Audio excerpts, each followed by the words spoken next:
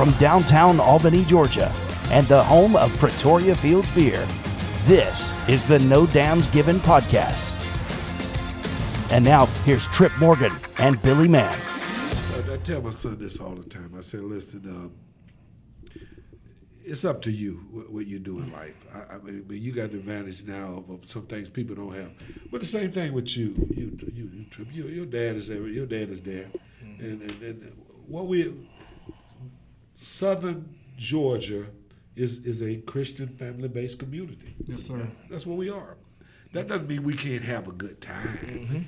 It just means that's just who we are. Correct. So what I say to that is, Glenn, I tell you, it's growth. I appreciate you.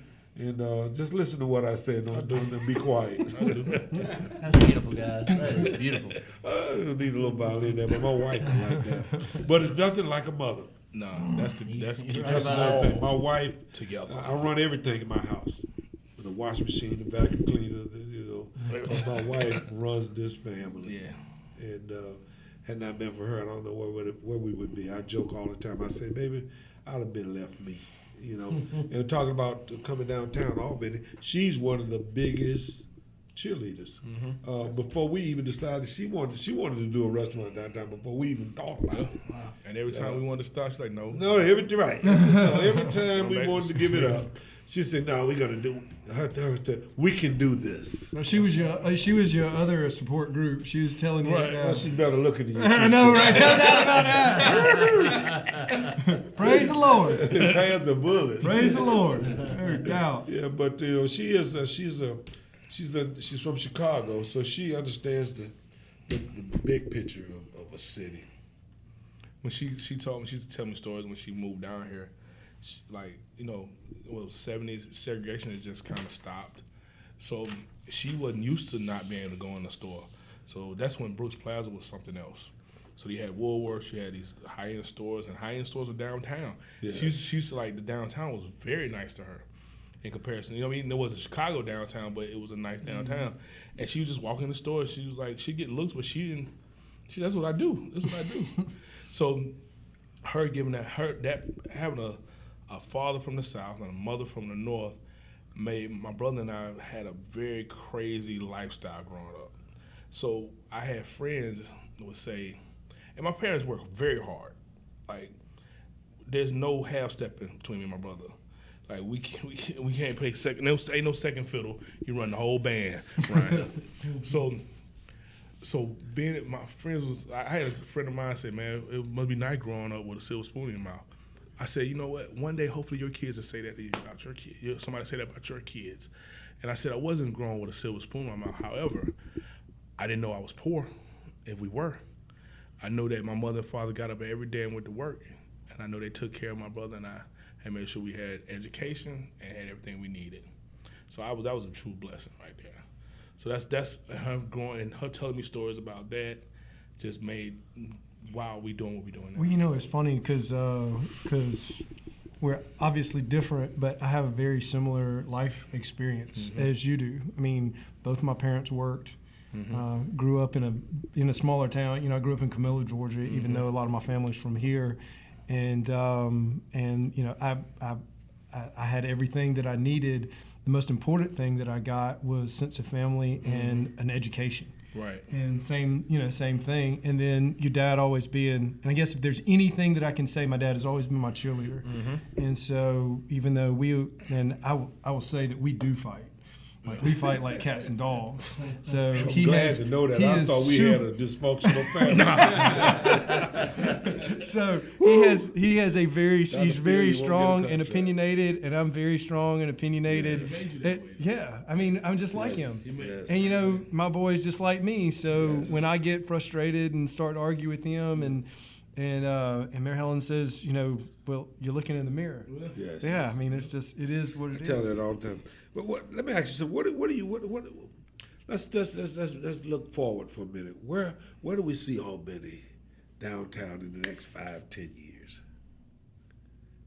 Where do we see it? I mean, I see people coming down here a lot and hanging out, and I see multiple blocks of revitalization. Yeah, I see it. I'm excited about the whole prospect of everything starting right? Kind of. I know there's stuff on Broad Street, and I know it's awesome. And but I love this block. I do too. This block is awesome. It's right next to the water. Yes. And it's like the Flint River Aquarium's right there, and you know, nobody planned this, and nobody. This is not what it wasn't done superficially. I think it's important also that diversity is played in this thing, that who we are in terms of the Flint, in terms of the brewery, because of who Albany is. We can't leave anybody behind in this process. And if when you do that, what you are setting yourself up for is failure, because down the road then you're going to have confrontation. Right. So I'm just so excited also. And it wasn't planned this way. I didn't think that we'd be next to the brewery this quick. Matter of fact, I told Glenn this probably the next restaurant we would look at another city outside Albany. But that it has happened this way, I think we're very blessed. I think we got a grand opportunity to incorporate all of Albany. And I'm talking about east, south, north, west. Because the one thing I value in our restaurant, if you walk into Albany Fish Company, first of all, you're not going to know who owned it, because all we're doing is working there. We're just workers. If you notice, people ask me all the time, who owned this? I tell them all the time, you do. When I get there, they say, why don't I know? I'm not getting a check then. I say, well, you own this. We work here. You tell us what we need to do to make it better. And that's the attitude we want to have as we move in the next 5 or 10 years. I see Albany in the next 5 years. Things got to change in terms of our politics. Things got to change in terms of our vision as a community. But once that happened, there's no stopping, because we got the raw product is people, and we got the other raw product is land, and we got natural resources. So I see Albany has a bright future. I do. I really do. Billy, what you think? Oh, absolutely. I agree with everything Mr. Glenn just said. I think we're moving in the right direction, and I think Eric's right. I see people down here. My son and I were down here Saturday. We rode the whole bike trail down to the Cox Landing down there. Awesome. You know, and my little boy was just amazed. He was just like, you know, how many of us have not brought our kids down here? Right. And just rode on this river trail, or just seen what's down here. I mean, they don't even know that this is how beautiful it is down here. So, and then we ended up back here, right in front of the river, right down here in front of the park, and we were throwing the frisbee. And my little boy, right before we left, he's like, why aren't there a bunch of people out here? It's beautiful, you know, we're out in the grass, the river's flowing, and we're throwing the frisbee. I said, that's the question we all have to ask ourselves. That's correct. Why aren't there 200 people down here at all times on a Saturday afternoon? That's what we have to do, is work towards getting that to happen. So what we think we need to do to make that happen? Like, how can we make people feel that this is the place to be? We're doing it. We're sitting here having a conversation. Having right a conversation. Now. This is it. This is us. Yeah, I mean, and This the one thing that I want to see, and you know, I think people have to envision what they want to a certain extent, and then as people, we can make that happen. And I want the success of what's going on the west side of the river to hit the east side of the river. That's right. Yes. And I think when we see that, then all of those other things that we're worried about will go away. Yeah. It's real weird that to be successful, if we do those things and we're individually responsible, and suddenly that spreads on both sides, then the crime will get better, poverty gets better. You know, suddenly, you know, kids are having better outcomes, you know, on a yearly basis. They're going to college. We're not having as many problems as a community. And it goes back, bizarrely enough, to that combination and really thinking of everybody as family. If there's anything that I tell, or that, I guess I tell our people, that I feel like I've been successful and I've been very blessed, but I haven't gotten anywhere in life without all of the people around me who have helped me and really lifted me up. And so those are the things that will build this community, and it's one person at a time. And we really have to take that individual responsibility. And if we all do that, then not only will downtown be successful, West Albany be successful, East Albany will be successful, and then suddenly we're back to being that 1970 city that was the fastest growing city in the state of Georgia. Right. And that's what we're headed towards. Right. That's what I want to be headed towards. Well, it starts with an attitude, like you said, and we got to develop that attitude, and we got to share it, and it's got to become euphoric. It's got to almost when you talk about Albany, Georgia, downtown Albany, Georgia, we got to believe it. We've been telling the story, but I don't think a lot of us don't believe the story that we're telling. Embody that story. I'm excited about it. I really am. And to the tune that we're making an investment to make that happen, not monetarily, but sweat equity. I mean, you gotta come. You got to show up. You show up, and that's half of the battle. Just show up, and there's some good things that are happening. But it's not just Albany; it's our region. So I look at Albany in terms of a region. I look at Southwest Georgia. Right. I tell Glenn, the Flint has got to pull for as far away as Tallahassee and as far away as Macon. And speaking of which, I've had people to drive from Destin, Florida, to eat at Albany Fish Company. That's awesome. That's awesome, but I thought it was kind of crazy. But when it happened, it blew me away. Not just one or two, people come from Florida, from the Gulf, and I live in Destin. Your seafood is where I want to eat seafood here. It's crazy. Oh God, yes.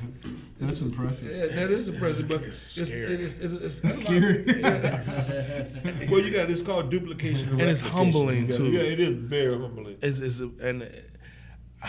when people come in from all over, and people from Albany. I had not imagined that this would be happening 4 years from the day we started. We started 2014. It's 2018 now. I didn't see this in the picture. Now I always wanted a restaurant. All my friends told me I was good. I went to school for it, but I didn't see this fast pace of growth. And to have people from all walks of life, all different regions of countries. I had a lady and a husband came in today from England. They saw us on Facebook and Instagram. And they had to come to America, so one other city, to bury somebody. And they saw us on Instagram, and they saw on Yelp, came and said we had to eat here. And when they ate, they left me a major review. They said the best seafood they ever had. And that's important. Well, we got to market too. Now we got to do some things strategic and also some things calculative in terms of pushing our vision in front of people. You got to get in front of people. And I tell Glenn, let me do a good job. And then one of the mediums that we use is social media, and I can tell you the first day we opened, I said I don't have any money to put in the ads out. I said don't worry about it. He said don't worry about it. Chill out. I already know what you're gonna say. Facebook, and it blew me away. He's like, what is Facebook? What is Facebook? What is this Facebook? I said don't worry about it. I still don't do Facebook, guys. I said don't worry about it. I got you. But Facebook works, and what I'm saying to you is, as a community, I would love for the city to make an investment in terms of getting our resources and our what we are out in front into the public, and we're doing a better job of that. And that's what EDC and the chamber and the city can do to make sure they're doing their thing. We'll talk a little bit about that because that's important. And I think maybe when we were building the brewery, I might have drawn a little flack from it because I don't think people understand where city investment comes from and how much that you yourself have to invest in it when it comes down to it. I think there are people who don't understand how that works, who maybe think the city have put too much into it. But what really happens is that you put much more than the city has of your own money. True? Tell us about. Well, unlike government, private investors, you coming out of your pocket. And so your spending is emotionally associated with you every day because it affects you directly. Yeah. And so what I mean by that is not that our leaders are not good stewards. I think it's a lot easier to spend somebody else's money than it is to spend your own. I mean, it's a lot more fun for me. I mean, I love going to a dinner and one of my friends say, "Oh, I got this tab." I say, "By the way, I want a larger steak." Right? I like lobster. Right. But when you buy it, you're a little more mindful of what you're spending. But as a community, it's going to take that kind of investment. And what I mean by that is, we got those pieces in place. Thank God that we got a chamber, EDC, and the city county government. But 80% of the capital that goes into it comes out of your pocket. Absolutely. Yeah. Absolutely. That's what I want people Absolutely. to know. It does. 80%. 80% of it comes out of the private investor's pocket. That's right. That's right. And somebody's got to be willing to jump off the cliff. Yeah. And that's where I look at those who've already done it in this community, who've done other things, who's not sitting at this table today, like a Pace. Pace has some questions about how it's going to work. Rightfully so. When you're making that kind of investment, you should have some questions about how it's going to work. But at the same time, I want you to know that had it not been for that kind of energy, there wouldn't have been that kind of discussion. Mm-hmm. So it takes all of that in the ball of wax to make it work. It's no set way to do it. But what I would like to say that is our EDC and our chamber has got to make it known that these resources that we're putting out there are serious resources. Mm-hmm. And I think everybody wants to think that you've been given something. It's an investment. I can tell you it's a hell of a risk because we're going to a market that's unknown. We got this grandiose vision, but I can tell you every night I lay down, it's a thought in my mind about, hey, what about that Paris trip? What about that? What about that retirement? Well, what about Gerard in L.A. who wants to start his own firm? How soon are you going to be able to get out there to help him out? And I say to you that I believe that much in this community, that it's got to be a dual partnership from government and private investors. Right. And it comes down to one person making the decision to do it and really jumping forward and and that is I think that's the best way to do it because, if you fail, it's on you. I mean, at the end of the day, if I've got the risk, then I've got to go out and I've got to make sure that it's successful. We've sat sat around the table before with some of the city folks and said, well, how do we know you're going to be successful? It's like, I don't have a choice. I don't have a choice to be successful. That's and, right. that goes back to the entrepreneurial spirit and moving forward into chaos and trying to create some order. So that's awesome. But we can't take away from the fact that we have a great community to do it in. Oh yeah. We got a great natural resource, which is the Great Flint River.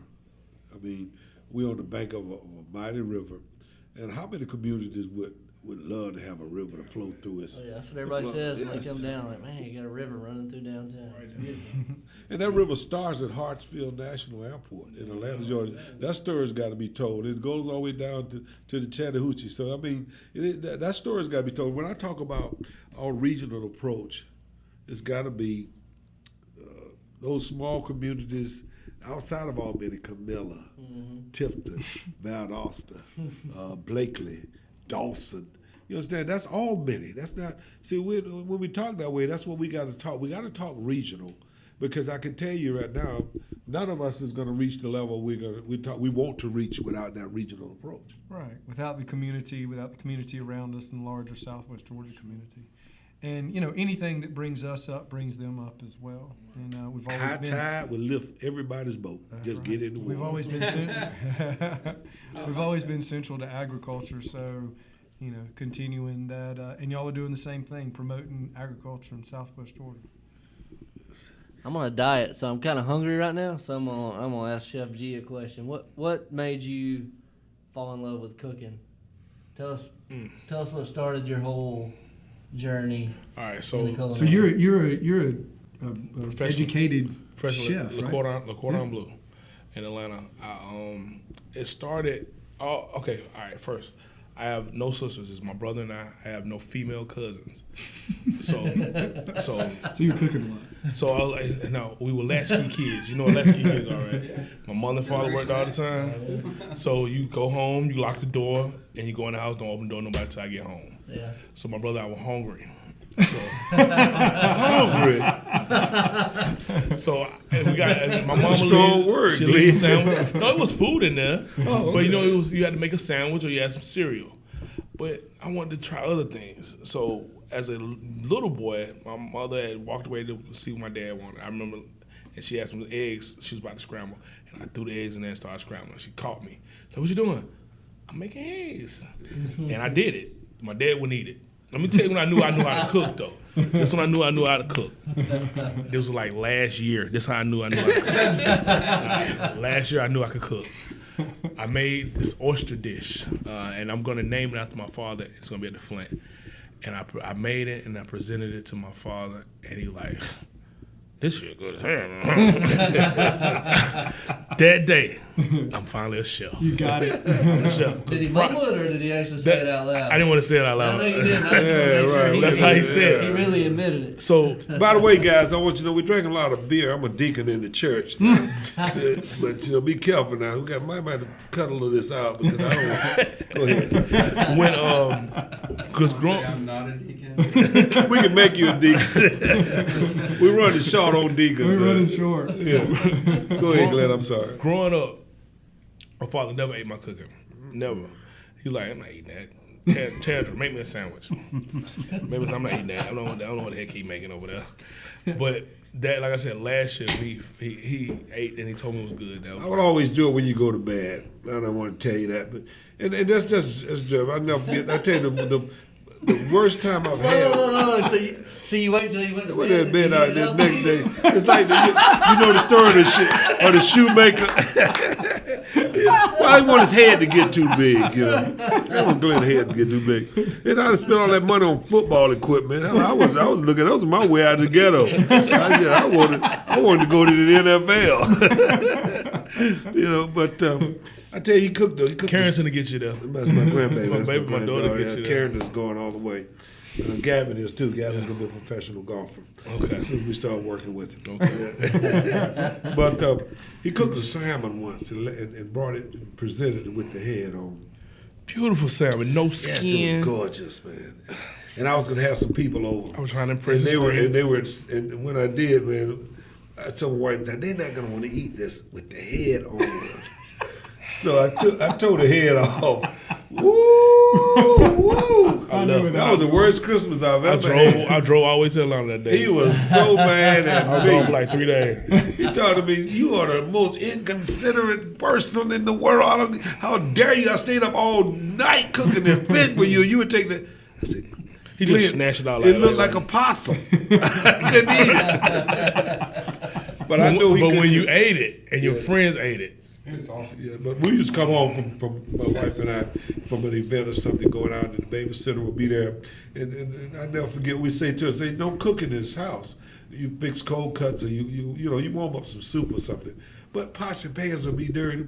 So I said, now, young lady, we asked you not to cook in this house because you can burn the house down. She would start crying. But say, man, I didn't cook. I'm going to have to tell Glenn be cooking it.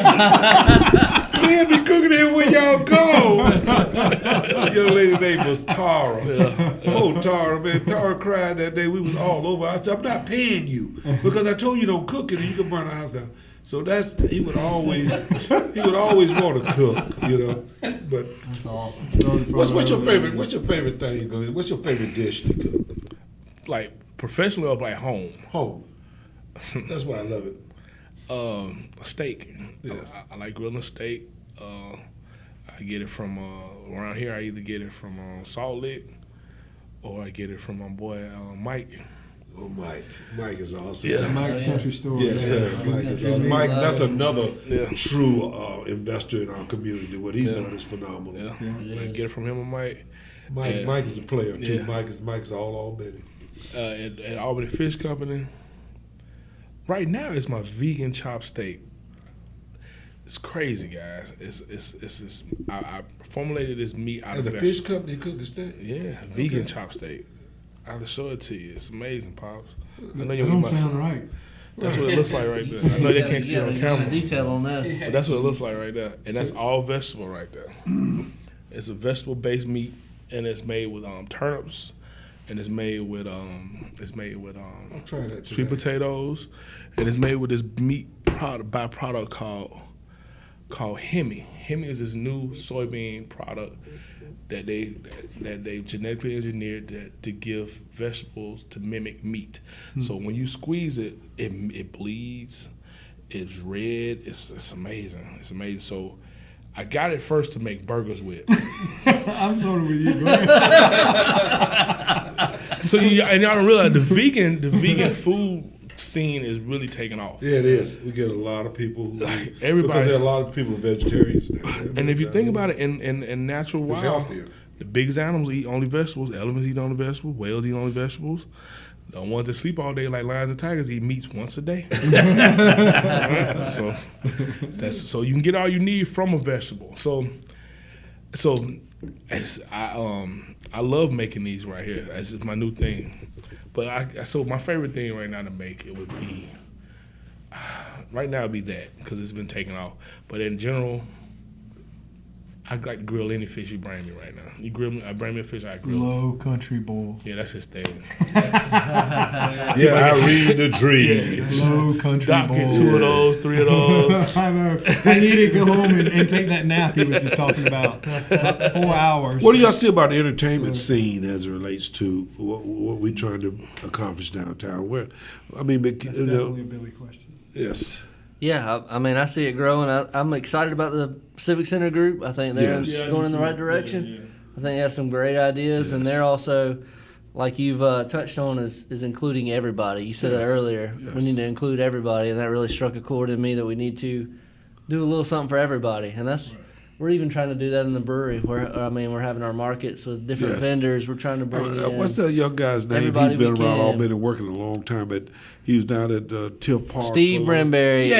is one Let's of give the best Steve Brimberry. ambassadors Yes, Lord. Albany, Georgia We has. love Steve Brimberry. Steve Brimberry is his mother. That's a phenomenal that is family. a great family for Yes. sure. And so going forward, we just need to focus on this diversity and focus on things that'll bring people down here. Not only adult entertainment at night, like we've talked about, but families during the day. Like, there's no reason something shouldn't be going on in that park Exactly. All the time. every weekend. Right on the river right there. I mean, Exactly. something, One of the music things or that I'm gonna anything. I'm gonna push real hard when we get down here is a big food fest of like the crab fest, seafood fest, or a taste of Albany, and it needs to be. It makes no sense for us not to have something. If not every weekend, every other weekend, something going on because it's Absolutely.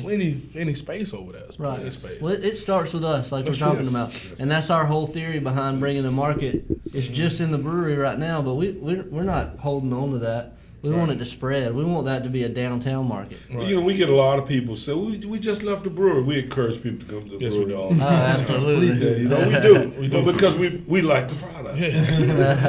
But when they come, they say, we're looking forward to the food. So we're looking forward to being a partner with you guys and providing that needed piece there. Because, Right, you gotta have yes, it. Yeah. Yes, you got to have it all. I got a menu I put together that I want to share with you guys on a later date about what for the specific for you guys, that when people come in, they got their own menu that's specific for Pretoria Fields that comes from Albany, from the Flint. I think it's pretty cool too. Absolutely. We're We've been excited. talking about that. We're excited to see that and see what we can get going. Thank goodness they changed the rules. We can do things like that now. Yes. So, I'm looking forward to also. I think it's going to be important that the city look at relaxing some of the rules governing how people can handle their product outside. Yeah. I mean, I understand there's been some discussion about being able to go point to point with Right. right. Yeah, there's people on our side, Yeah. and I think it's coming. I really do. I think it's. I think we got the momentum we need, and just getting the right people on our side and people that want to see it happen.